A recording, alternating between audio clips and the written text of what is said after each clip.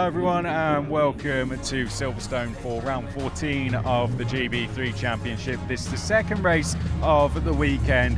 The grid formed by the second qualifying session we had yesterday. We've already had a race, so first of all, let's talk a little bit more about that. I'm Chris McCarthy, Piers alongside me. Piers, an eventful start to the weekend, I think it's fair to say, yesterday. Absolutely. We saw that we had some pretty close racing, as we always do at Silverstone. There was a few little post-race things that I'm sure we'll get onto, but Deegan Fairclough was the one that, from pole position, managed to convert, and that was, again, a reminder, his first pole position, which we spoke a lot about yesterday, but was able to turn that into a victory after soaking up quite a bit of pressure from Martin Molnar. As you can see, it really meant a lot to him when he came into Parc Fermé at the end, couldn't you, as well? I think a win, and a second win that he'd been hoping that we've been coming for a long time, and it seems he's really come back into his own, and the Deegan Fairclough we know this weekend. Absolutely. I mean, reminder, this is one of the highest seeded drivers from last year, driver that won races last year, and his first season was hoping to go on a championship challenge this year. Sits down in 7th place in the standings coming into this weekend, which surprised many, but the reason for that is such inconsistency, and a lot of it not from his own fault. He's had some retirements due to bad luck and wrong positioning and technical issues, but then first pole position, converted it into a win after soaking up the pressure, goes from pole again today. He's going to be hoping that this is the start of the second chapter of the season, that the second chapter will look a lot different to the first. Yeah, Rowan Campbell-Pilling's going to be alongside him. He took a podium yesterday as well, his third podium. And Martin Molnar, again, hasn't quite got that victory, but he's racking up the podiums now. That's podium number 6 for him. Yeah, Molnar did pretty much everything right yesterday, didn't he? He was right there, got a good start, pressured Deegan, managed to get the move done, only for Deegan to be able to take it back. So it only needs to be a slight difference today, although Martin's starting a bit further back. That second qualifying session shook up the order a little bit. Deegan actually, the qualifying session for this race, pumped in a lap right at the end of the session. Everyone thought Rowan Campbell-Pilling had pole, and then Deegan somehow on older tyres put it all together and took pole for a second time this weekend. Yeah, Lucas Fluch is going to be the other driver on Road 2. One of the drivers caught up in the events yesterday. Let's remind ourselves of what happened then in round 13 of GB3 yesterday. Here's some highlights. Highlights from round 13 of the GB3 Championship, and it was Deegan Fairclough leading from his first ever pole position in GB3. Martin Molnar with a great start from second position was able to hold on from the XL duo, but it was Lucas Fluch to the outside. Bit of a slide from him, bit of a slide as well from Max Rem, and unfortunately for Ricardo Baptista there was a retirement. It would bring out the safety car, meaning that Deegan Fairclough would have to get things controlled from the restart, and he would get it controlled very nicely indeed, as he would hold on to that race lead from Martin Molnar. Molnar would get to the outside by the time they get down towards Brooklands, but a brilliant fight back from Fairclough would see him steal away the race lead again. Rowan Campbell-Pilling onto the scene to try and get onto the rear end as he was fighting for his first ever victory. A big look to the outside from Fluch. Unfortunately would see contact between himself and Rem, and a spin round for the Spanish driver would see him drop down to 17th position. Nikita Bedrin was struggling for speed this weekend as well, finishing towards the back end of the top 10, whilst Fairclough was victorious. Deegan, come over. On the top step of the podium again this season, and at Silverstone, home track as well. How does that feel? Yeah, it's a mega feeling. Love Silverstone, it's so good. And it's nice to have a little bit of a battle as well with Molnar then. But yeah, hopefully that's good points in the championship, which I'm really pleased. And car felt really good, so thank you. Massive thank you to the team. Martin, come this way. Martin, another podium for you this season. You're really racking them up now. How does that one feel? Yeah, it was really good. Yeah, at least could challenge again for the win a little bit. Sadly then I made a mistake which took the lead out of my hand, but yeah, great move for him. Yeah, it was a great race, and the pace was really strong, so I'm looking forward for tomorrow. Back on the podium again. How does that one feel? Really good. You know, we didn't get to fully experience the podium at Hungary. We've got the silverware, but we didn't get to go and experience it. So it's going to be a good time up on the podium, and we look forward to it. And there you see the highlights from yesterday. There were a couple of penalties for overlaps on the safety car restart, and we also had a 3-place grid drop for Max Rem, which we'll come on to in just a sec. First of all, we welcome Louis Sharp. Louis, so great to be back in the GB3 paddock. How is it coming back to the paddock for you? No, it's always a pleasure. I think for me, obviously, this is somewhere I was only, here only a couple of years ago, so it's a lot of familiar faces, obviously, but no, it's always a pleasure coming back, especially here at Silverstone. What a place for it. It's not too far from me from home, so no, I had a few mates message me yesterday and say, do you want to come along? So I was like, yeah, why not? So no, pleasure to be here and excited to watch some racing today. And this is a place only a few weeks ago you were racing at the British Grand Prix in Formula 3 as well. Good weekend for you. Tell us, how was it racing here in the British Grand Prix? Yeah, it was a very good weekend for myself. Had a strong, the strongest quality result we've had of the year, P3. So that was a positive start. But, you know, the Silverstone Grand Prix, it's my personal favourite. I maybe have some home bias, but no, I love it. I love it here. It's such a cool facility as well, and the fans here are also so amazing. So racing in front of some home crowd, obviously with the BRDC as well, being part of the Superstars program, it's always sense of pride coming and racing here. So no, it was fantastic and had some good results. I mean, we were fighting for the win on Sunday. Unfortunately, had a bit of an incident, so lost some positions, but still finished fourth in the end after penalties. So it was a good weekend. And hectic racing, isn't it? As always at Silverstone, always great fun to come here, I'm sure. Definitely, it's definitely a track which produces some great racing, especially in GB3 or Formula 3. These cars which are a bit smaller, than F1. So no, I'm looking forward to watching some GB3 racing today. It's gonna be a pleasure. Predictions for today, coming into it, is it what's it like racing GB3 around here? You had the experience of doing it. Is it one that provides lots of opportunities for overtaking, would you say, and is it a real test for the drivers as a circuit? It definitely is. I mean, look, as any sort of form of single-seater nowadays, if you can get in the lead off the start with the dirty air, with the aero wash, you're most likely going to be able to hang on. Saying that, if the car behind is faster, it's definitely a track you can overtake. You obviously got the long straight between Chapel and Stowe, which is a great opportunity, then into the last corner there, and then into turn 3 on the F1 circuit. I don't know, is it turn Village in the loop? Yeah, my names with corners are terrible. But there's a lot of passing opportunities. You obviously got Brooklyn Luffield as well, which is a great place to overtake. So look, I think if whoever's leading off the line is probably going to be able to stay ahead, but for sure if the cars behind are faster, then they're going to be able to have a go. One final question then: how much does this championship help, and how much does this car help get into Formula 3? Yeah, massively. I think winning the GB3 Championship for my career, put my name out there. So it was I think the exposure and the kind of let's say the people or the awareness I got from it was amazing. But not only that, just developing as a driver, I think I've learned so much from my time here. I think preparing for the next step, which is FIA Formula 3, I learned so much, and I think there wasn't a better championship in terms of developing for that next step. So great to have you back in the paddock, previous champion, and best of luck for the rest of the Formula 3 season. Lou, we'll let you go on and enjoy the day. Someone else who's also raced in Formula 3 with success as well and racing with us this season is Nikita Bedrin, but not the best race for him yesterday by his now very high standards. Let's hear what he had to say.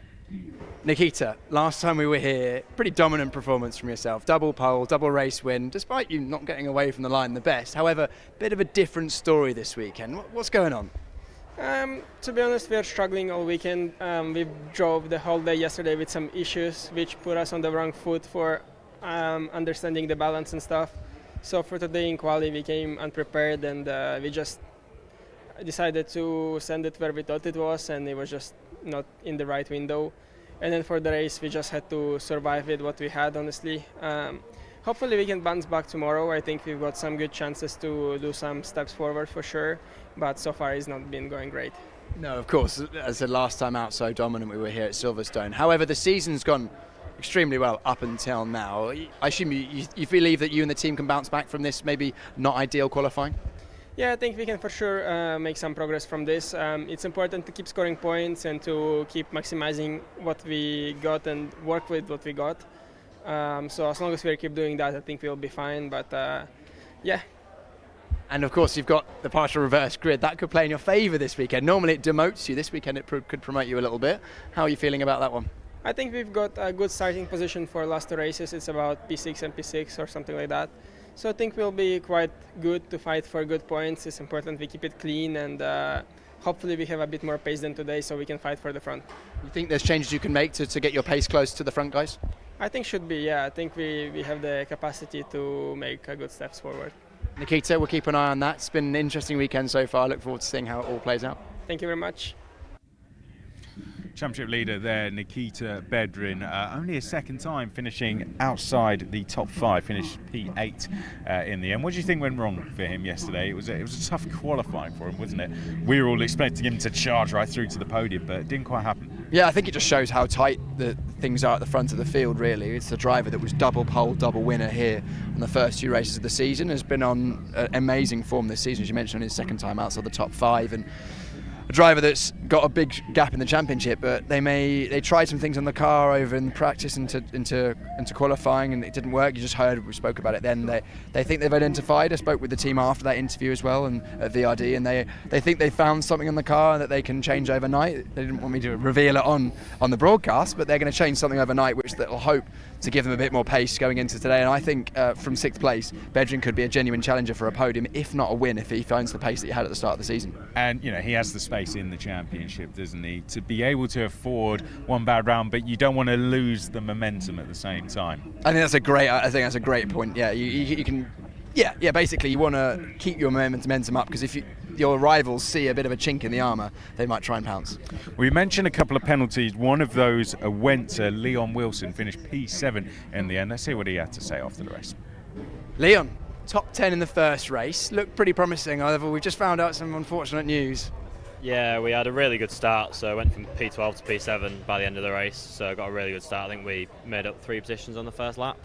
So, but then at the end, after the safety car restart, we overlapped Bedrin probably by about an inch or 2. So then we got 1 second time penalty, but that comes with 3 penalty points in your licence, which is a bit unfair in my opinion, but it's racing. It is racing, but encouraging that the pace was there, you made moves, making good starts is important too. I feel like you're in a good place with the team here at Silverstone especially.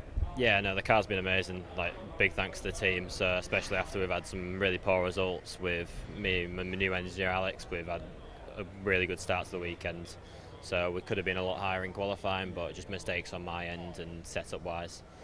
But we came through. We got P9 in the second one, so that's more positive. And we probably had pace to be up to Abbey, but tyres just went towards the end after being quite a lot of traffic. Yeah, exactly. And talk to us about the season up till now as well, because it's been so close. It's been very competitive. Yeah, the first race here was good. We were positive. We made a few positions each race, and then Spa and Hungary was just disappointing for us. Qualified last in both. So, but we had big setup issues, and then I got a new engineer which helped out quite a lot. So we just were able to communicate a lot better and everything like that. So then we got the podium at Austria, which was really, really positive. And then this has just been another step on from where we were before. Yeah, sounds like steps all in the right direction, and we've still got 2 more races to come this weekend. What can you do from those? Hopefully another top 10 in the next one, so that's easily possible for us, maybe top 6 even, and then race 3, hopefully a win if we can, so starting 4th hopefully, and then just forward like we were before. Amazing. Well, Leon, we'll keep an eye on that, the red car and the Arden colours, of course. We're going to be going for it. You always go for it. We look forward to seeing how it goes on. Thank you very much. Good to hear from Leon Wilson there. Let's very quickly cover off those penalties then, Piers. So we had a penalty for him, and likewise for Max Rem as well for an overlap at the safety car restart. And then, I think more importantly, Max Rem's got a 3-place grid job. Just explain to us a little bit more detail on that one. Yeah, we saw the contact between Lucas Fluscher and Max Rem into Brooklands, and they found that Max Rem was mostly at fault there. So he takes this 3-place grid penalty into this race due to that contact. So he'll be starting a bit further down than he would hope. We saw he had good pace yesterday, and unfortunately not much consolation for Lucas Fluscher, who was taken out there at one of the first races of the year by Jin Nakamura as well. So unfortunately, a bit of deja vu for Lucas Fluscher there, but he'll be looking to bounce back. He qualified well yesterday. He's going from 3rd on the grid today. We just had one of our previous champions, Louis Charles, here with us, who raced here in Formula 3 as well. He says this is his favourite circuit. Let's have a look at an on-board lap of the Silverstone Grand Prix circuit in a GB3 car. The home of British Motor Racing hosts this weekend's racing in the GB3 Championship, of course with that iconic run into Maggots, Beckett's and Chapel. The DRS zone that takes us down to the Stowe sees plenty of overtakes around this part of the circuit through Vale Club and onto the Hamilton Straight, climbing up the hill at Abbey into the Village and Loop section where we've got a second DRS DRS zone down into Brooklands and Luffield. Back out onto the start-finish straight as they fire their way through the right-hander at Woodcote. It's 18 challenging and technical corners for all the drivers to deal with, and those 2 DRS zones to assist them when it comes to overtakes. 3.6 miles all the way around and plenty of space to make some overtakes.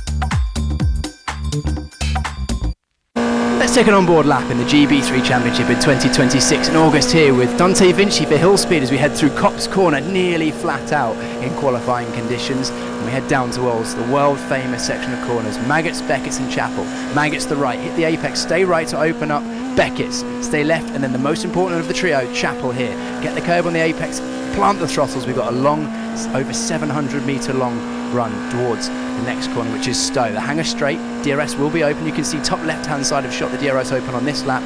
Overtaking inside and outside can be done in the races. Through towards Stowe, off camber and downhill at the exit. Watch out for track limits once again on the exit. Dante absolutely nails it this time, and we brake heavily now for Vale. Inside and outside overtaking opportunities in the races. We stay left to open up the right of Club. We can go nearly flat out there, and qualifying conditions it may require a lift if you're in the dirty air of the races. Now the Hamilton straight, an opportunity once again for the drivers to use the slipstream and get themselves in an overtaking position for Village. This is flat out from Abbey and then the left of Farm before we head down to Village and the Loop. Village, very late braking opportunity. Inside and outside we'll see moves here, and the Loop probably the trickiest corner on the circuit, one of the slowest but also critical to lap time, and also we'll see a lot of overtaking there in the races. Get the traction down on the exit, we flick through left onto the Wellington straight. Once again DRS will be enabled if you are within a second of the car in front in the races. Brooklands corner, high load, high commitment. Use the curb on the entry to open up the entry to Brooklands, carry high minimum speed through there. We didn't quite make the apex on this lap, but we're back to the right for Luffield. First apex must be hit. Second apex you don't need to get back to as long as you get good traction on the exit. Watch out for track limits, the gravel's right there. Then Woodcote is completely flat out for a lap of the Silverstone Grand Prix circuit in GB3. We see an onboard lap, Piers, of Silverstone Grand Prix circuit. Cars are gridding up now. Let's talk about some ones to watch in this race. Deegan's going to be looking to add to those wins, isn't he? But we got Lucas Flucher just behind him in third. He'll want redemption in this race. Absolutely, redemption is the word, Chris. After being taken out of contention in yesterday's race, unfairly, Max Rem made a mistake. We went 3 wide down towards Brooklands corner, and he'll be looking for that one. But let's not count out his teammate as well for XR Motorsport, Rowan Campbell-Pilling.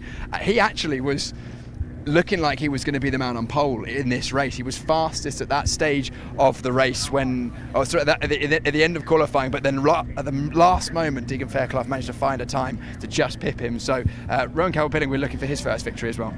Patricia Gonzalez is going to be 5th place as well. We got Abby Pulling in 7th.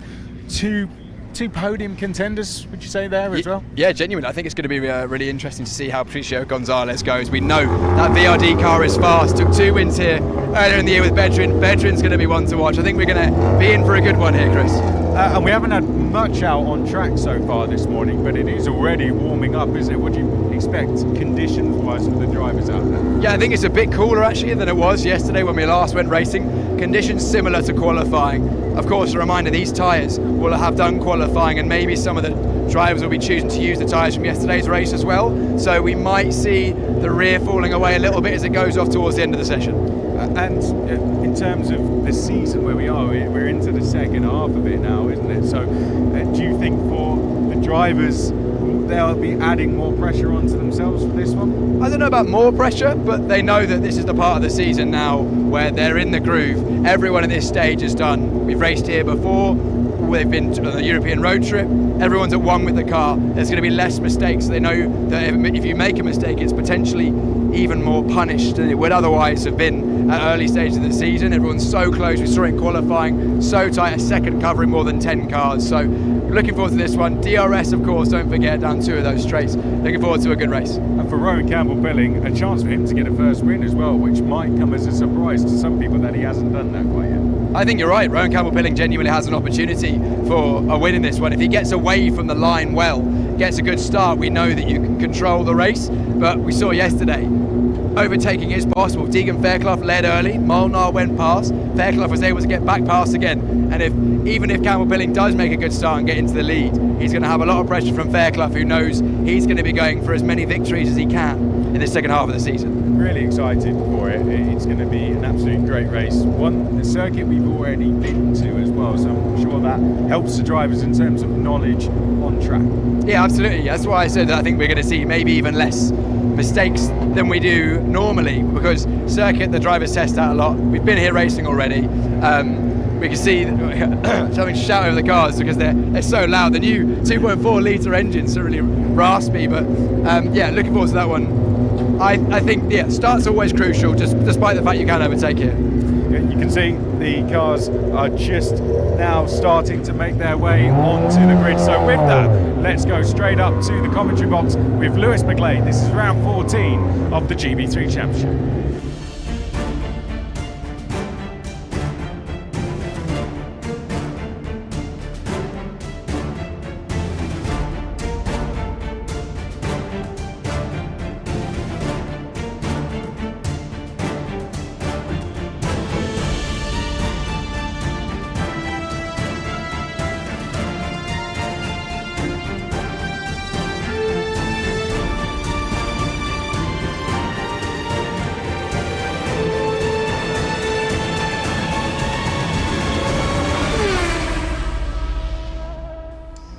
Ready to go for the middle race of the weekend here at the home of British motor racing, and after some fantastic battles yesterday, we are ready to go once again. Deegan Fairclough taking his first victory on British soil. Can he take a second one from pole position? We'll take a look at the circuit, of course, that iconic run down into Copse, which is where we're starting this race, into Magnus-Beck is a chapel with a DRS, which was used quite a lot yesterday on that race into Stowe. Plenty of overtaking opportunities down there, inside and out, rising up to the Village and Loop section before we head out onto the second DRS zone. Run into Brooklands. We saw even some 3 wide down there. Max Wren down the inside of Lucas Flusha. Unfortunately, contact between the pair of them sent Flusha down the order whilst battling for the podium. It's a great track, and one that even those that have raced in GB3 time and time again love returning to. We are an international championship, the joys of racing abroad, with the Red Bull Ring, with Hungaroring, with Barcelona, as well as the Circuit de Spa-Francorchamps also on the calendar. Drivers still love a return to the home with the British Grand Prix, where we get to race twice in the 2026 season, once at the start of the season and then once this weekend as well to begin the second half. Once we're done with today's race, we'll only have 10 races left to decide our champion, and at the moment Nikita Bedrin is running away with things. However, because of some issues during qualifying, the car not quite working 110% the way he wants, he has not got the speed as what we've seen previously. You can see there the conditions, slightly overcast around the circuit and about 20 degrees Celsius, so it is cooler than it was yesterday afternoon. We are expecting things to heat up throughout the day. So Deegan Fairclough finds himself into his position as the others will filter their way through before they begin the formation lap. And for Fairclough, it was a brilliant drive yesterday. Really felt the pressure of those behind, then started to clear out a distance. It was Martin Molnar finishing in second place for the third time this season. His 6th podium. Can get podiums, but it seems as though getting that victory just seems to elude him. A lot of pressure from the Hungarian fans that join us every single round here in GB3. So hello to you, and we'll see if maybe today is the day. Marshall's happy with where all the cars are. The green flag away from the formation lap will begin. Be Lewis McGlade and Piers Pryor as always in the commentary booth. It is quite toasty out there, but it's not ridiculously hot. Yeah, it's warming up. The sun's pretty warm, but the air temperature not warmed up quite as much yet. That'll help the tyres stay operational at their best for a little bit longer in this one. The teams and drivers, or most of the teams to be honest, the engineers, they keep an eye on all the temperatures, both air temperature, track temperature as the circuit conditions change throughout the day. They'll also be keeping an eye on the wind. It's not as breezy as it was yesterday, which will make things a little easier and a bit more consistent in terms of aerodynamic grip for the drivers. But the track temperature and the air temperature gives them information so they can make an informed choice about tyre pressure, which is crucial to making sure that you're good at the start of the race, throughout the race, and then towards the end.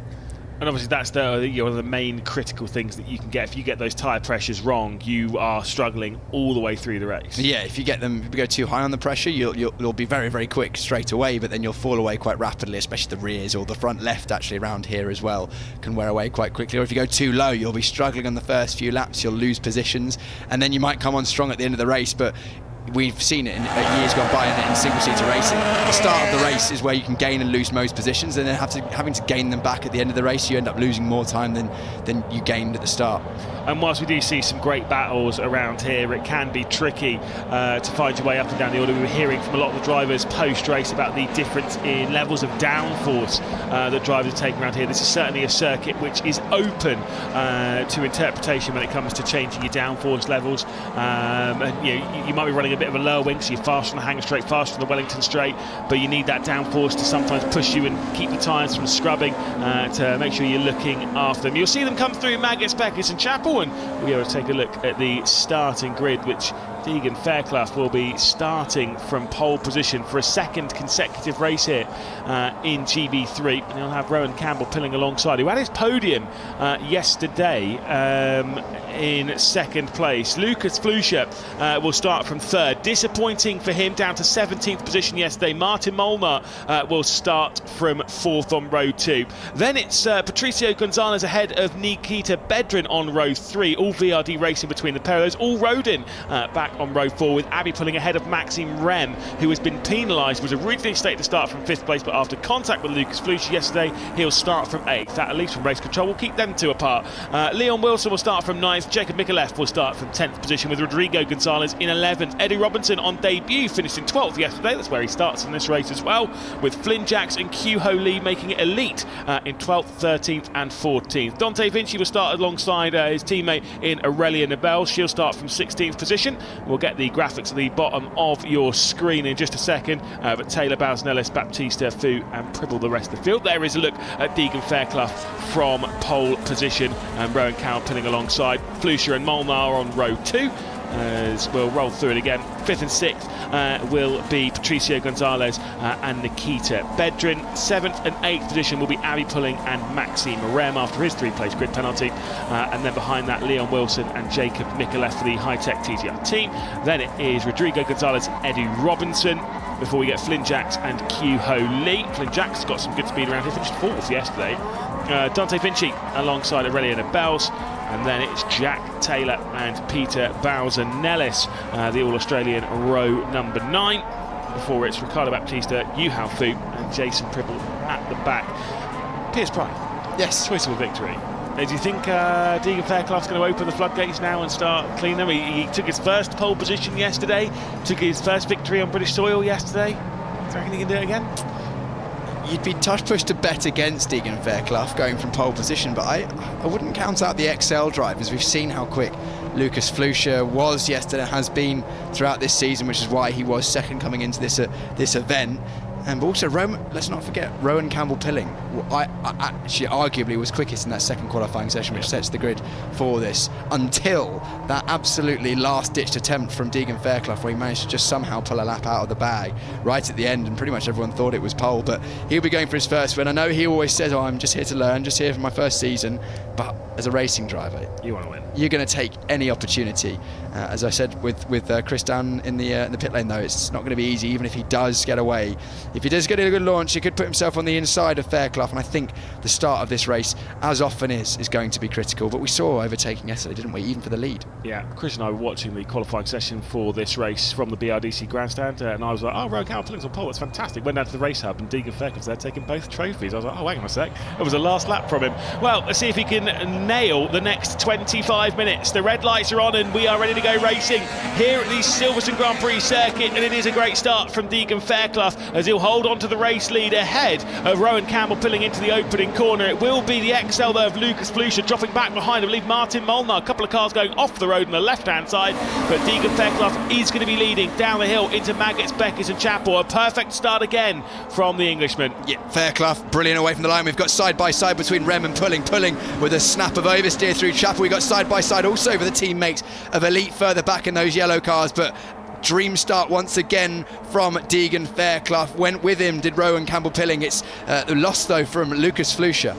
Abby Pulling looks to the inside, the pink helmet car there for Rodin. Had Leon Wilson looking one way and then the other. Bit of battling behind with Rodrigo Gonzalez, who's just run out wide. He was battling with the silver car of Jacob Micallef. Martin Molnar trying to attack for second position in the black and blue, and a bit late onto the brakes there was Rowan Campbell-Pilling, and it's allowed Lucas Flusha to get to the inside as they head their way back out onto the Hamilton straight, and Martin Molnar will drop off the podium potentially, and he could get freight trained here because he's got Patricio Gonzalez looking to the inside as well. Still side by side for third position, which now will go the way of Lucas Flusha, and Martin Molnar in the black and blue drops back to fourth. Whoa, and we've got a move there for Nikita Bedrin in the red highlighted car there, charcoal grey. This is VRD on VRD. The white car with the yellow flashes is Patricio Gonzalez round the outside of the loop. Nikita Bedrin goes of his teammate. He's up one position. I reckon we're going to be watching Bedrin side his way through the field today if the team have got on top of the issues they had. I mean, still seems like VRD are racing there, because Patricio was looking back to the outside, heading down into Brooklyn's race leader. Then 1.1 seconds, looking comfortable at the moment. Max Rem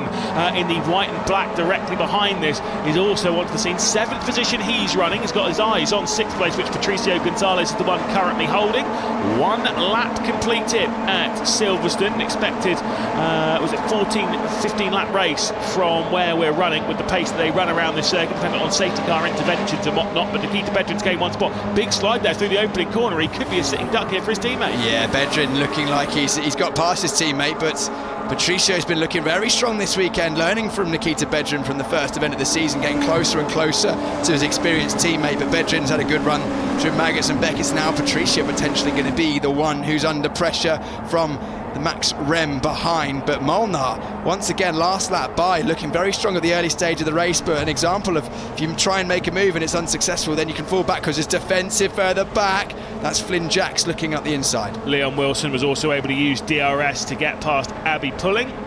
So a switch back there. Jack Taylor fighting with the elites, the white and red Fortec for Taylor, the bright yellow of the elites that we've got. Q-Ho Lee down there with him. Eddie Robertson, I think, has actually just got through on him to move up the order again. Robertson, of course, on debut here in the GB3 Championship this weekend. I was watching Nikita Bedrin there through the opening corner, and then even into Beckett's. The rear end of that car is sliding around. Did just see Max Rem has got through on Patricio Gonzalez. That's what we're looking at here, the white and black of Max Rem. Bit of a lock up there on the front left, front right rather, and he was able to find his way down the inside of Patricio Gonzalez, so now runs his way in 6th spot, but Gonzalez is coming back. Oh, Gonzalez went to the outside, faked back to the inside, but not enough of an overlap to get past Rem on this occasion. Rem's made up a position.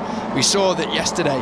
It looked like Bedrin was struggling in the high-speed stuff, but then I think they trimmed the car out in terms of aerodynamics yesterday because he wasn't able to push on. He didn't make much progress, did he? I think it was 8th on the road, wasn't it, Lewis, that Bedrin was doing. But we're looking at this battle between Rem and Gonzalez. This is a battle that's going to continue on, I think, is looking pretty racy as Gonzalez, even though he's lost that position on that last lap. The 8th place for Bedrin, by the way, yesterday was the first time that Bedrin has not finished on the podium in a qualified race in GB3, which is absolutely crazy. Fastest lap comes in from Lucas Flusha. It was also set by Rowan Campbell-Pilling. So both the XLs are running pretty quick at the moment, and they were closing the gap just a touch there to Deegan Fairclough, who I think has pulled out a bit of a margin in the opening sector here. But still, DRS is active on both the XLs. Not on Martin Molnar's car, as Nikita Bedrin closes in. Battle behind between Q-Ho Lee and Eddie Robinson for 13th position. The two elites going side by side towards Stowe. I wonder if we're going to see a little bit of teamwork here from the XL cars, and maybe a bit of a message over the team radio from XL to both of their drivers saying, look, you're both catching Deegan Fairclough. If you're going to fight, just wait until you've caught Deegan, rather than if you fight now, then you might lose touch and never gain it back again. All about being patient and stuff, and I see it all the time in these kind of races where some drivers do battle for second spot, and I always think, wait, surely you would want to go for the race victory here, and I know you want to be the first person to catch, but if you use your brain, just back out a little bit, let Rowan Campbell-Pilling, who's clearly got the speed at the moment, do the work. Then Lucas Flusha, who is experienced in this championship, having done 36 races prior to this one, plenty of experience under his belt. He'll know how to play his cards in this race to use Rowan Campbell to close up Deegan Fairclough and maybe take another victory. Yeah, and they'll both see that they are catching Deegan Fairclough, and there was actually a small error on the exit of the loop there as Fairclough went a bit wide on the curb, and they'll see that as well as a sign that Fairclough is feeling under pressure. Who's that? Number 3 and number 11 already receiving track limit warnings. They're on their final warning already. We saw a few track limit penalties or track limit warnings coming in yesterday, didn't we, Lewis?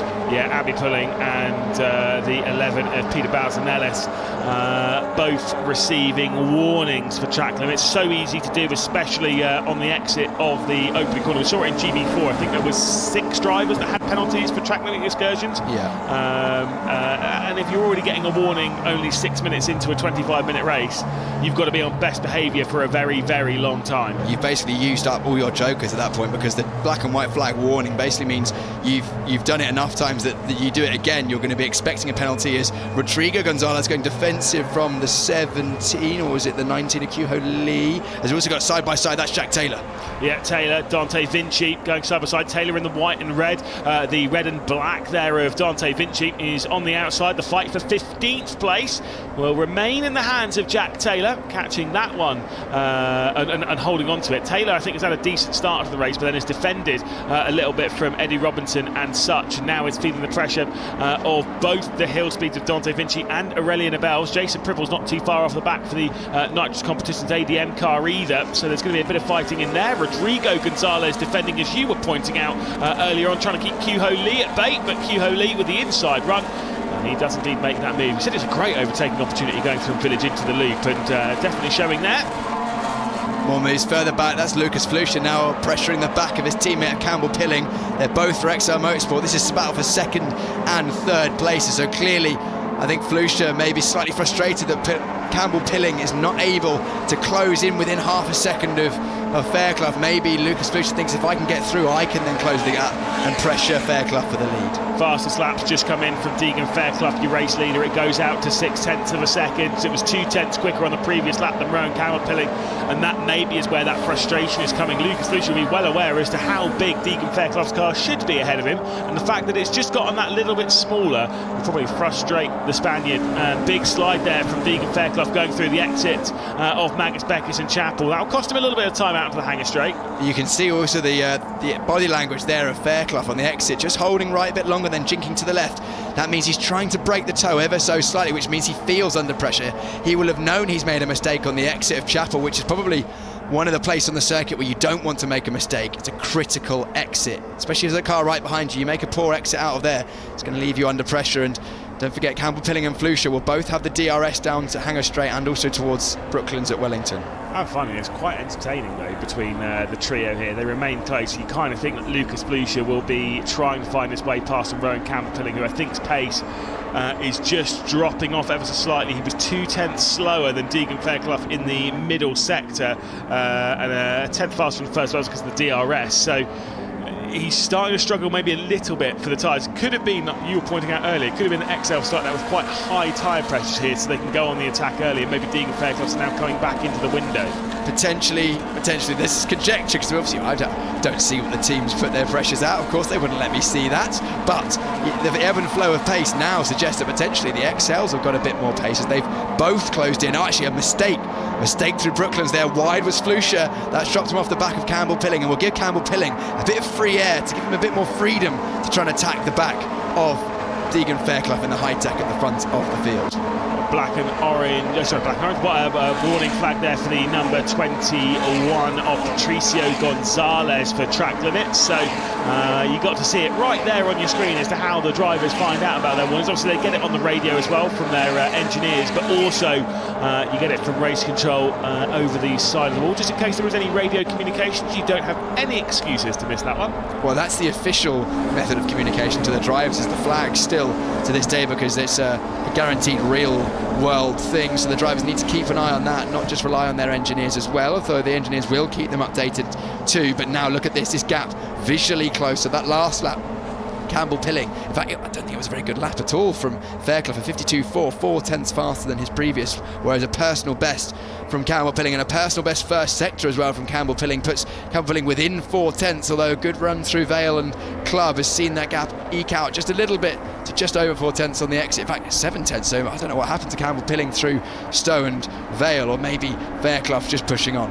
Maybe you got a little bit too deep in the braking zone going into Vale, a little bit of understeer as well going through Stowe, plenty of dirty air really coming into effect at that point of the circuit. But of course, once we come through here at the loop and out towards Aintree, it'll be DRS again from Rowan Campbell Pilling. This is the point of the circuit he needs to nail. We remember this from yesterday though, when Deegan Fairclough did say that he was running higher downforce than some of the others, and that's where like the defence comes in. It's so difficult around here, but then in the higher downforce bits like Magnus Beckers and Chapel, he's so quick through that, and he's getting a good exit out onto the Hanger Straight, he's getting good exit out onto the Wellington Straight, and that's where he's able to hold that position. It could mean though, if he is going to run that in the next race, that he is going to have a difficult time working his way through the order in the reverse grid. Maybe, but let's not forget the teams can change the setup and the aerodynamic setup between races as well. It's not like Formula One where you're kind of set on things. You can change the aerodynamic balance and you can change the aerodynamic profile of the car. You can choose maybe in that partially reverse grid race 3 to trim the car out, give yourself a bit more opportunity to overtake down the straights. But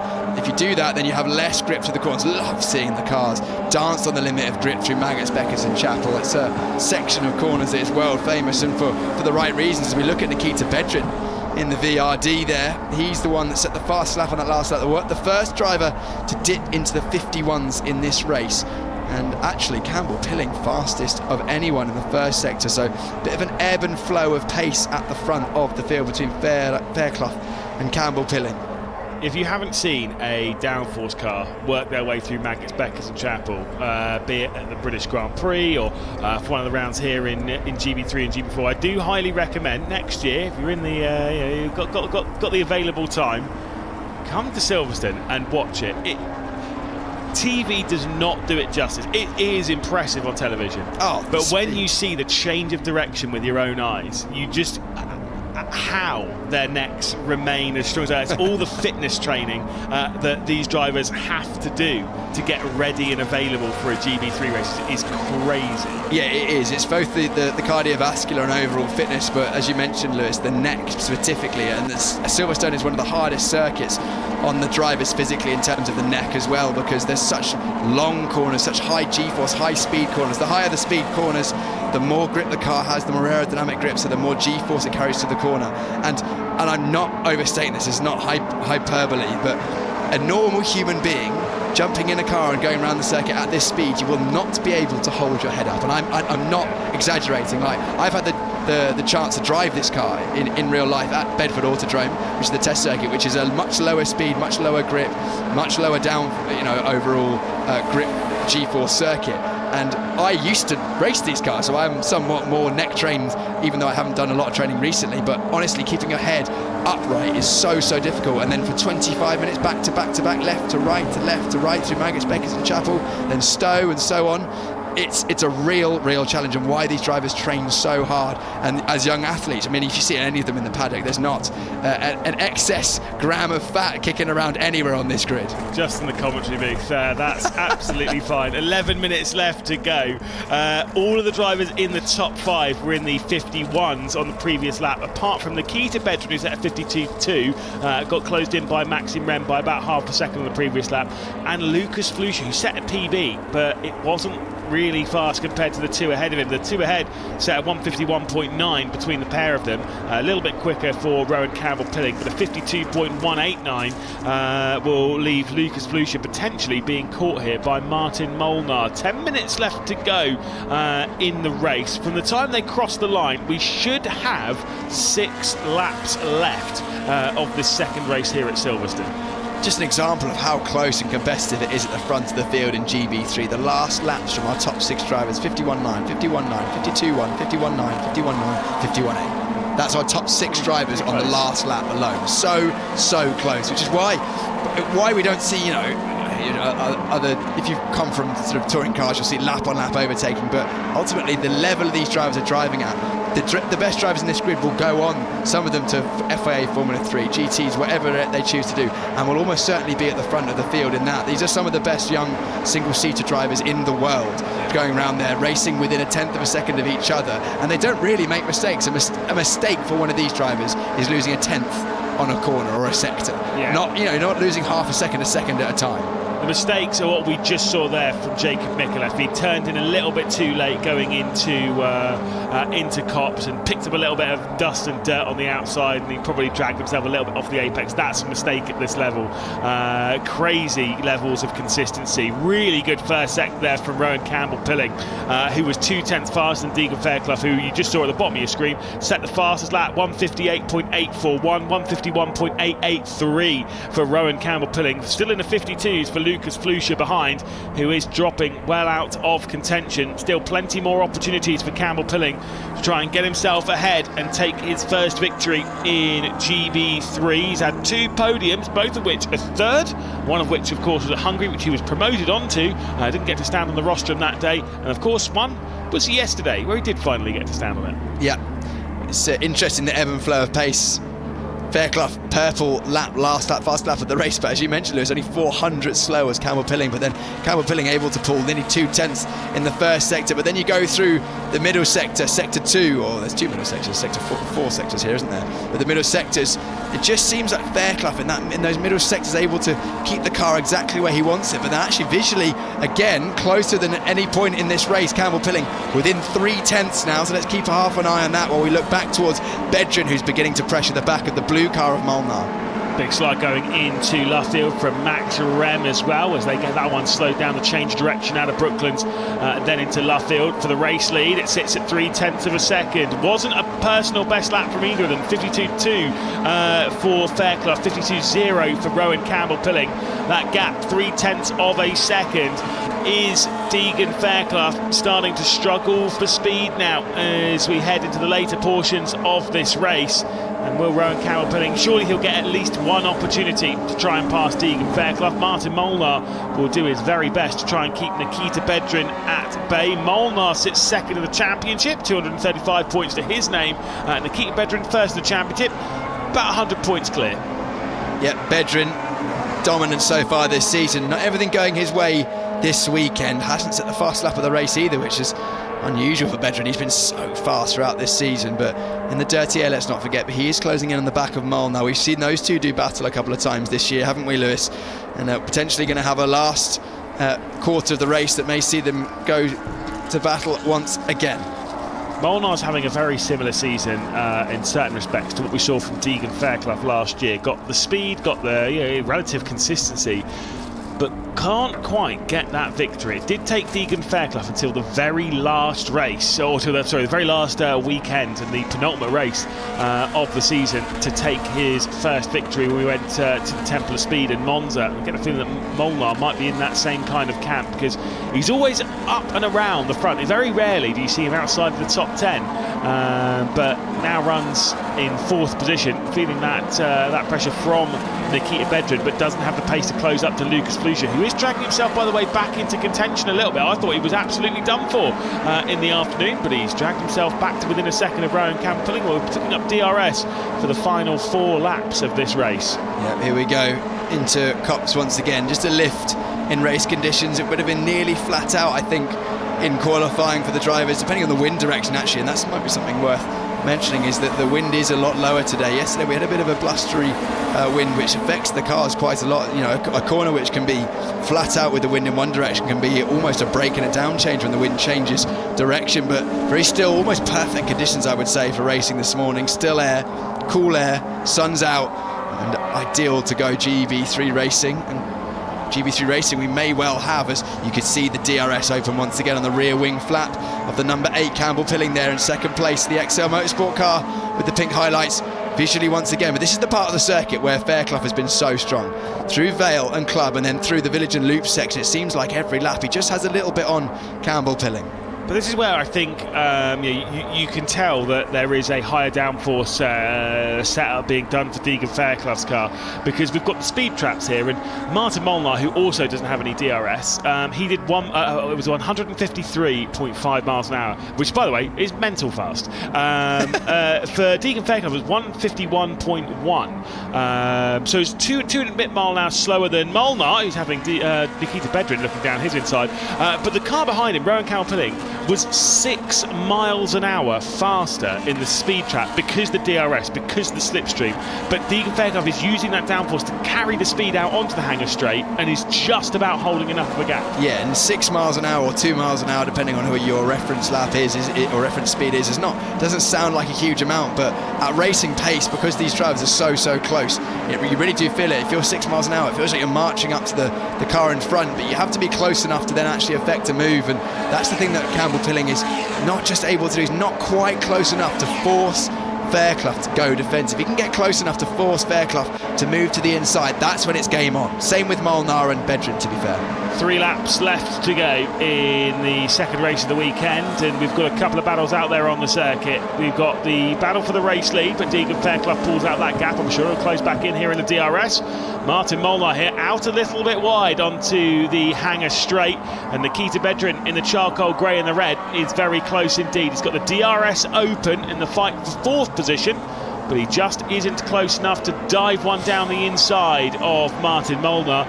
Might have another look where he looked in the previous lap going through the village and loop section. I thought Bedrin was just about close enough to maybe launch an attack there, but he chose to stay to the outside of the circuit on the way into Stowe to maybe have an attack later on in the race, because the thing is, you have to choose your moment. If you attack and then it doesn't pay off, we've seen that with Molnar earlier in the race when he actually tried to attack the back of Campbell Pilling and then lost the place to Flusha, and then we've seen that hasn't been able to stay with the front group ever since. So you have to choose your moment wisely, because Bedrin has Max Rem not too far off the back of his car as well.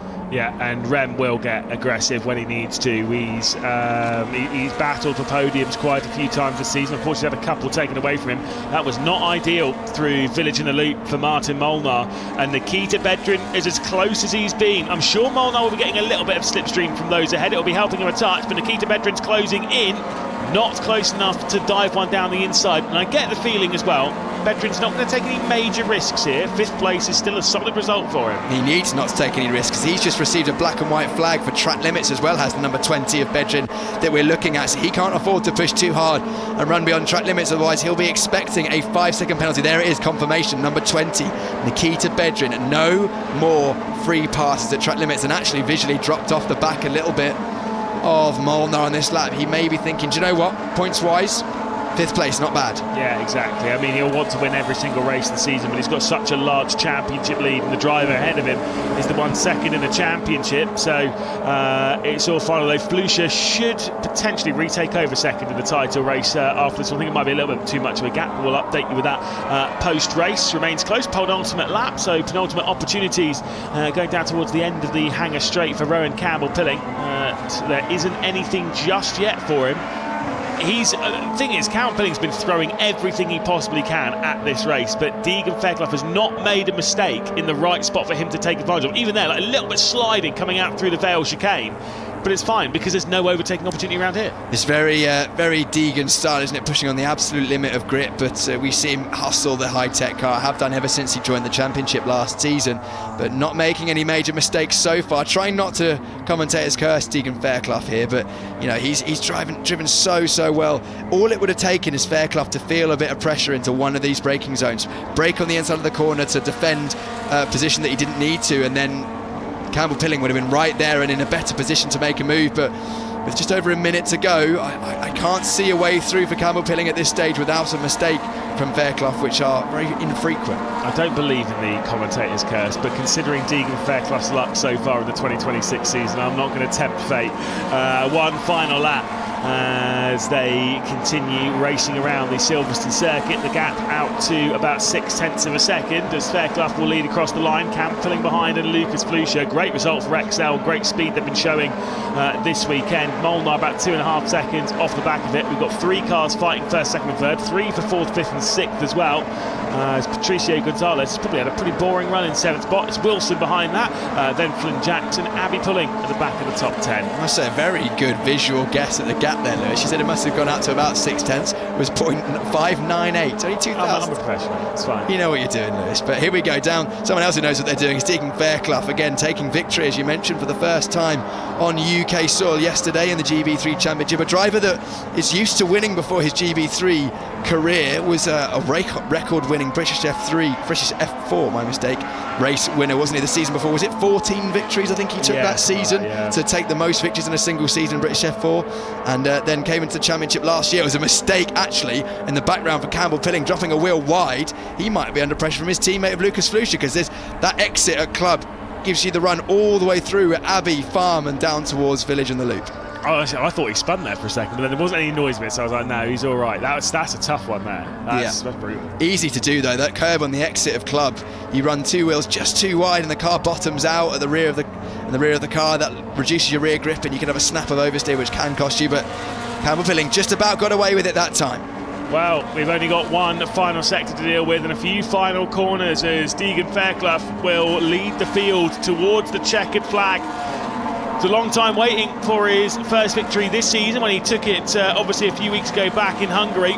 Then it was a bit of a wait until the victory here as well, but his first victory on British soil has been backed up by a second, his 4th in GB3 and his 10th podium as well. Deegan Fairclough will win at Silverstone again, with Rowan Campbell-Pilling and Lucas Flusha behind for XL. Brilliant drive from the top 3 as Martin Molnar does keep Nikita Bedrin and Maxim Rem at bay in the battle for 4th, 5th and 6th. No major changes on the final lap.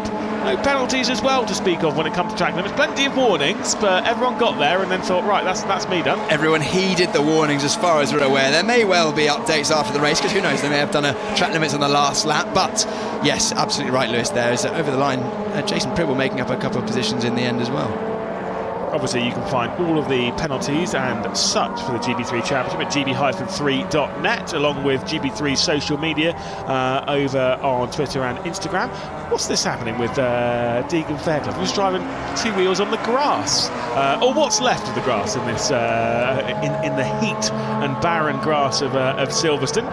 As he was probably trying to pick up a little bit of dirt there on his car to make sure it's above the weight. Look at this, he's right on the white line trying to pick up everything as he drives his way around. That says to me that they know that they're going to be pretty borderline on the minimum weight, because Deegan Fairclough is very aggressively trying to pick up rubber. Or does it say to me that he doesn't need these tyres again this weekend? He doesn't mind if he picks up a lot of dirt on them. So maybe this was actually the same set of tyres from race 1 and he saved his slightly better set for the final partially reversed grid race. Well, I'm sure that is a question that Chris McCarthy can ask Deegan Fairclough, and I'm sure it's a question that Deegan Fairclough will not answer. Obviously, there will be plenty of strategy calls made as to what tyres people are using in tomorrow afternoon's race, the partial reverse grid. The top 12 from the combined times from qualifying will actually come up from the top 12 from this race, or from this qualifying session that set the grid of order of this race. Those will be the ones reverse, so it should be, I think, Eddie Robinson starting up towards the front. Deegan Fairclough will definitely be starting from 12th place. Nikita Bedrin pushed toward the front, will absolutely be the firm favourite for this afternoon's races. All the drivers spread out across the circuit to try and pick up as much as they can before heading their way into the Park Fairview. Lucas Flusha, great podium as well, great return to it, and I'm sure he'll be feeling very positive about that after the disappointment yesterday, being spun around in almost the exact same way as he had at the start of the season. Yeah, no doubt would have been disappointment after yesterday's race, because I don't think Lucas did a huge amount wrong. He was looking pretty racy, went around the outside. Unfortunate contact with Max Rem meant that he basically didn't score, did he? So yeah, Flusha will be happy with that. He will be disappointed though he didn't get the start he wanted. He fell behind Molnar, didn't he? Got back through, but I feel like he will think that he could have had a shot at potentially second or maybe even the race win if he'd had the opportunity to have a better run on that first lap. But that is sometimes the dramas you have to deal with in GB3, as you see the cars pulling into their slots for the top 3. Deegan Fairclough taking his time to climb out of the car. Lucas Flusha there on the left-hand side. And XL looking very fast so far this weekend. A very happy victory for Deegan Fairclough, his third of the season, his fourth in total here in GB3, and of course, as I mentioned before, a 10th podium, which is pretty impressive for Deegan Fairclough in the 37 races that he's done, considering he's had a whole lot of retirements as well in the recent past. It's been a struggled season for Fairclough. Already Rowan Campbell-Pilling speaking to his engineers. The immediate light debrief post-race is required, I'm sure, for these drivers. Is that what you used to do, Piers? Jump out of the car and instantly have a chat about what happened in the race? When I won all my races, I used to get out and give the team a big hug, yeah, of course. Yeah. Look, you won one, so it's fine. We'll give you your plaudits. Yeah. No, it's a great feeling because these drivers, they work so much with their teams behind the scenes in between races. It's not just a turn up at the weekend and go for it. They do so much testing to get themselves in a position where they can win races, and they also work a lot at the factories. They'll have simulators, most of these teams as well. They'll be pushing hard, making sure that they've got everything right, that their preparation is perfect, and they build a real rapport and connection with the team members. So it's really great to be able to celebrate that with your teammates and members after you've had success. No massive celebrations then for finishing in 10th place. As we can see, Lucas, the evils I've just got. My goodness, Lucas Flusha there right in the middle of your screen. Obviously, all the drivers going over into the weighing area. We'll head down to Chris McCarthy though to catch up with Deegan Fairclough, Rowan Campbell-Pilling, and Lucas Flusha.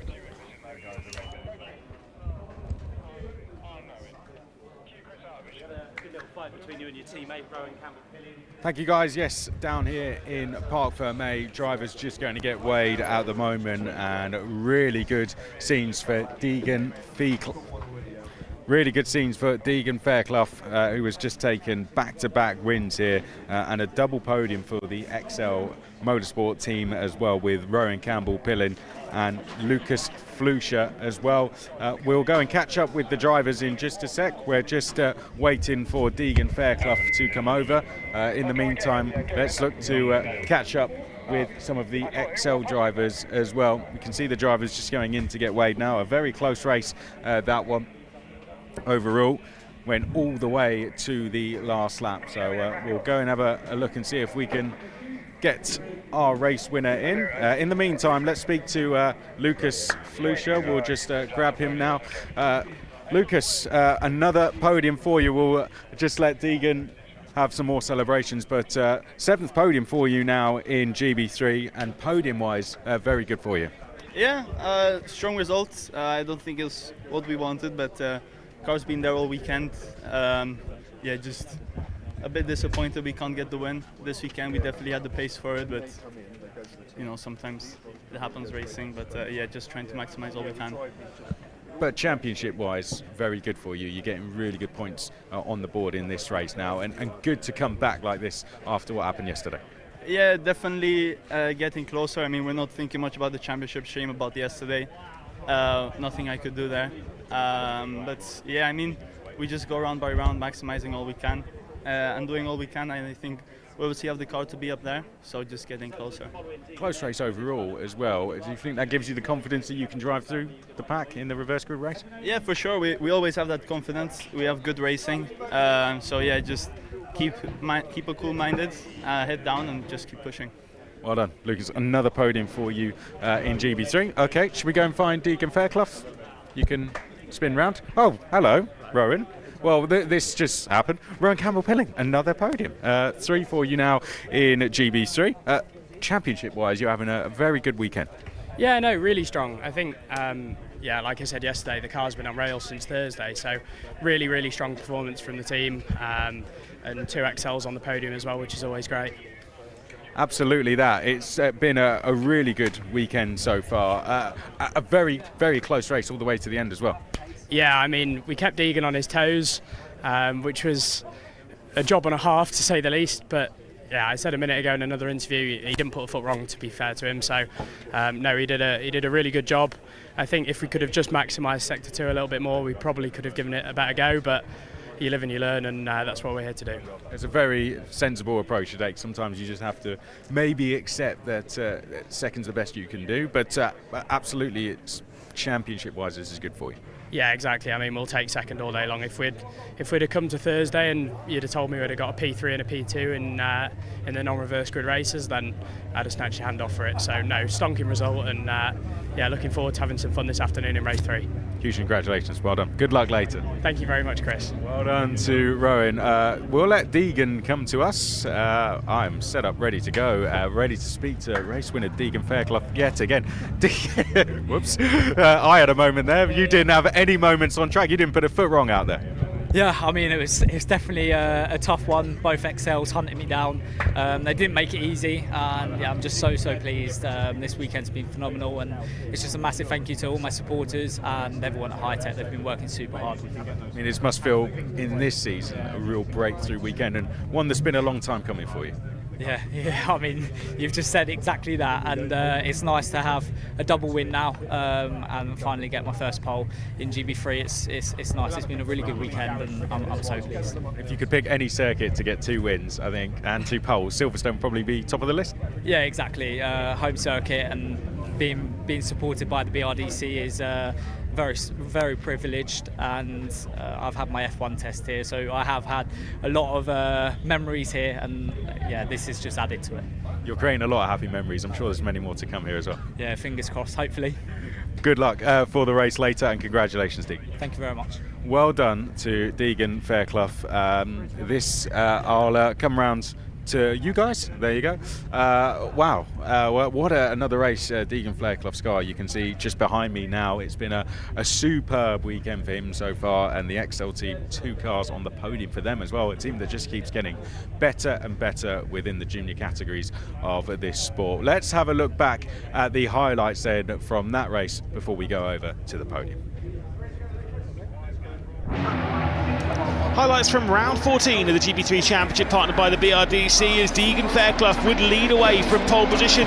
Rowan Campbell-Pilling into second spot, with Lucas Flusha behind in third. Martin Molnar would be able to hang on to fourth. He was almost taking third away, was battling with Rowan Campbell-Pilling before he had Lucas Flusha down the inside, dropping him back to 4th place. Patricio Gonzalez was having a bit of a look, but could not find his way through. And when he didn't, Nikita Bedrin, his teammate, was able to work his way up into the top 5. A superb move from Nikita Bedrin. It was a solid lead that was looking even as he was holding his way around the circuit. He was able to hang on from Lucas Flusha and Rowan Campbell-Pilling behind. Big looks to the inside for Patricio Gonzalez and his battle with Max Rem, who'd come through into 6th position for the Rodin team. And was starting to set his sights on maybe closing in on the championship leader. Deegan Fairclough was looking strong. A couple of bits of pressure though on his shoulders as things were closing up. Not only for the fight for the lead, but also for the fight for 4th. Martin Molnar, Nikita Bedrin all over the rear end, and was not able to find his way through. Out through the final couple of complexes though, it was Deegan Fairclough who was able to take a brilliant victory from Campbell-Pilling and Flusha. Another brilliant drive from Deegan Fairclough, and another perfect performance from him, climbing atop the car and piecing things together brilliantly. But of course, provisionally will be race winner here at Silverstone. It is Campbell-Pilling and Lucas Flusha behind, with Martin Molnar in 4th. Nikita Bedrin would round out the top 5. Max Rem would end up in 6th position, with Patricio Gonzalez behind for VRD Racing. Leon Wilson ahead of Flynn Jacks and Abby Pulling to round out the top 10. And a superb performance for the likes of Flynn Jacks, who started down in 13th to get himself inside the top 10. Mikulev was struggling a little bit for grip going through Magus Beckers and Chapel at various points, and even into Cops, if I remember correctly. Eddie Robinson on his debut, 12th again, with Jack Taylor, Dante Vinci and Jason Pribble up from the rear. Then of course it's Rodrigo Gonzalez, Baptista Fu and Bowser Nellis in those behind. Championship standings, it is Nikita Bedrin ahead of Martin Molnar. Lucas Flusha in 3rd position in all that, remains in 3rd despite that podium. Max Rem will be in 4th on 229 points. Patricio Gonzalez and Deegan Fairclough both locked on the same amount of points in the battle for the top 5, as we'll see Fairclough on onto the top step of the podium for the second consecutive race. We'll see the drivers head their way onto the podium with Lucas Fluscher returning to the podium for a 6th time this season, which is very impressive. He's had one podium before, that was a victory last season, but this season for the XL team has been absolutely fantastic. Had only his second result outside of the top 10 in yesterday's race after contact between he and Max Rem. Had 4 consecutive podiums before that, and will join his teammate on the podium as Rowan Carroll-Pilling will take to second. To the top step of the podium, there'll be a big cheer for this one. Deegan Fairclough will take to the top step of the podium for the 3rd time this season, for the 2nd time this weekend.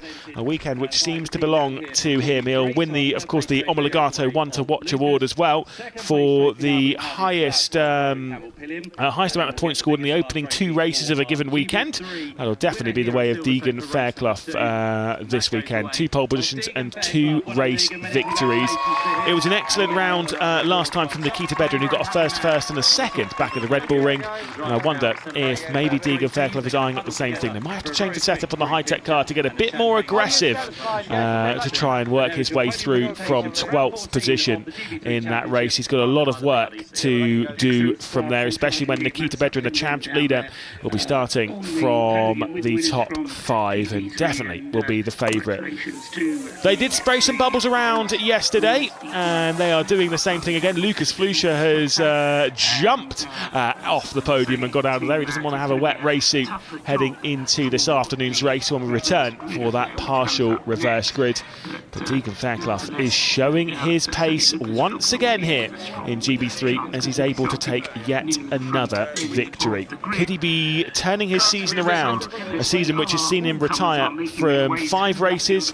He didn't start from another one, as we can see the drivers head their way for their photographs in front of the race hub. We'll head down to Piers Prior though to catch up with a couple of drivers post-race and give a little bit of analysis as to what he saw. We're in the pit lane. One of the advantages of being here at GB3 weekend at Silverstone is one of the other support races just starts in the background, so I apologise for the loud engine notes, is the fact that we get to have a look at all the teams and drivers. We've got GB4 just a few moments away. We're going to be handing to that very shortly, but I'm hoping to grab a word with a couple of the drivers who didn't quite make the podium positions in that first race. And actually, just as if on cue, Edu Robinson, who's one of our drivers joining us this weekend. Let's take a step right in front of the car here, Edu. Edu, talk to us about that from your perspective, and thanks very much for joining us in the championship. Yeah, well, I think overall it's been pretty good so far. You have to keep in mind that these drivers have been doing I've been driving this car this whole year, and I've just done a few tests in winter testing, so obviously I'm a bit far behind in terms of track time on this car. So overall I think it's pretty good, especially if we're fighting for top 10s. I think it was good. Pace that time was good. I lost a few positions at the start, but then gained them back straight afterwards, so I think very good. Just lost the DRS train halfway through the race, so it was a bit tricky because they just all pulled away a bit. But overall, very happy with how this is going. Yeah, P12 must be pretty, close to the top 10 in your first attempt. You mentioned everyone. It's the 2nd time they've been here as well, so pretty much the hardest circuit for you to join that. But tell us about your experience up till now and why you've joined GB3 this weekend. Well, it's been great. We've seen that GB3 is a strong championship and it's just getting stronger, I think. The car is brilliant. I love the car, and Silverstone's really cool as well. But yeah, it's been really good. Big thanks to the Team Elite for making this all possible, working so hard and making the car great. So yeah, good. Edu, great to catch up with you. Good luck in the partial reverse grid later on. Yeah, thank you. Edu Robinson, our new driver for Elite Motorsport, had a great run in that one, as you mentioned, losing a few places. The start's absolutely critical in these races. It is possible to overtake, but not the easiest. And I'm hoping to grab a word with one of our other VRD drivers, I think. Patricio Gonzalez particularly was strong in that one. I think he's going to be hanging around outside his garage. Yes, he is, as we're just going to have to dodge some GB4 cars as the ADM car of Jamie Leverton getting himself in position. We're just a few moments away, so stick around where you are after this broadcast in GB3 to have GB4. Right, Patricio Gonzalez is just a few car lengths away, so I'm going to grab away with him because he was really strong in that one, looking like he could potentially have been challenging for a podium as the Thomas Torin Byrne in GB4 just leaving the pits. Let's go away quickly before we end the show with Patricio Gonzalez. Come this side for me, Patricio. Pace really strong in that one, looking very racy. Yeah, pace was really good since the beginning, but just made a lot of mistakes towards the end that pulled me out of the DRS, so it was so hard to catch them at the end. Hard to catch, but you must be encouraged by the pace that you had, especially in the early stages. Yeah, I'm really excited for next race, seeing the pace I could hang with the top guys, so it's really, really good news for me and for the third race. Yeah, and remind us where you're starting for that partial reverse grid later on. I still don't know where I'm starting. But you're starting somewhere near the front, so you should have a good opportunity at maybe a podium? Yeah, it would be really, really amazing to get a podium, especially since last time Red Bull Ring. Getting my brother in the podium would be really nice. Amazing. Well, Patricia, congratulations on great pace so far, and we keep an eye on the VRD car later on. I'll let you go and get your lunch and chill off now. Thank you. Thank you so much. Patricia Gonzalez, Chris, that's it. Race 2 done. Race 3 coming up. Yes, absolutely. And what a way to kick us off. Incredibly competitive. But let's quickly, before we wrap this up, tee up what's the score for race 3 for new fans to GB3, Piers? New fans, so we've had 2 qualifying sessions which set the grid for race 1 and race 2 respectively. We then take the fastest times of all the drivers, and the top 12 get reversed. So driver who basically was 12th fast in qualifying goes from top of the field. Slightly reduced points, but you get bonus points for every position you gain in that one. So incentivising the drivers to make moves. It's worth watching. So Formula 3 fans, very similar to the sprint race, isn't it? Although there is an extra element of incentive to go and make places. So it's very good fun. Make sure you join us. We'll wrap the second race up for there. The weather absolutely great. I'm sure it's going to stick around. Make sure you stick around for the next race of the GB3 Championship coming up this afternoon. We'll see you there.